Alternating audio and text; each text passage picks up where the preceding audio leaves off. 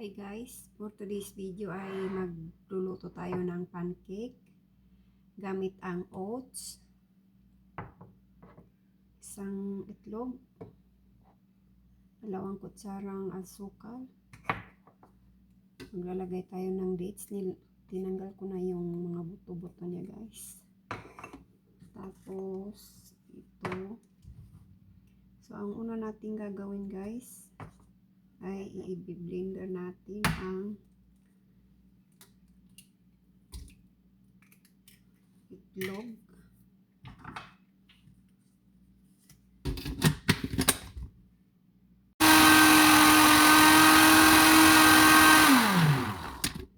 Sunod natin ang asukal.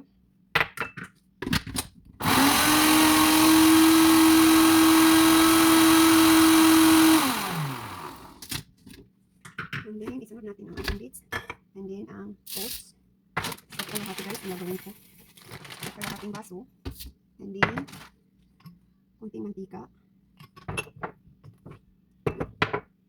And then, maglalagay tayo ng fresh milk. Hindi natin pupunuin ng baso guys. Estimate lang natin yan. Magdadagdag tayo mamaya pag hindi makuha yung tamang texture. So, maglalagay tayo dahil naglagay ako ng isang itlog. Maglalagay ako ng vanilla. And then, baking powder, kunti lang guys. And then, blender ulit natin.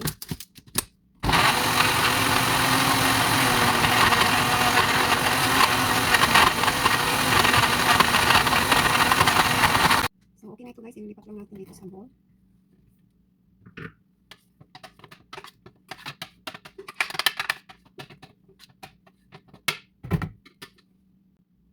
So, okay na ito guys.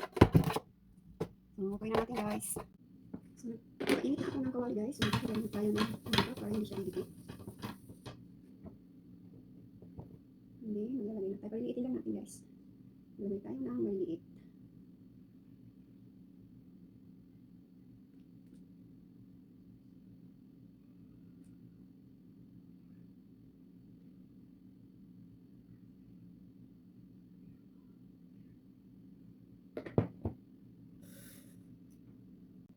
Magtali na natin guys. Siya masyado na medyo puti pa.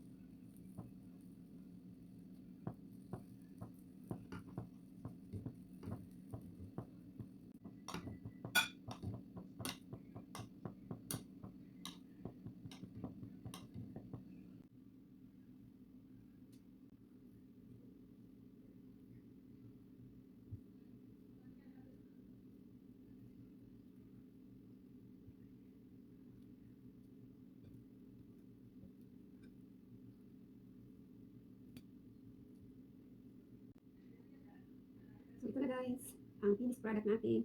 Ang pancake na oats ang ingredients with dates. So, ayun guys. Try nyo rin guys. thank you for watching. Bye-bye.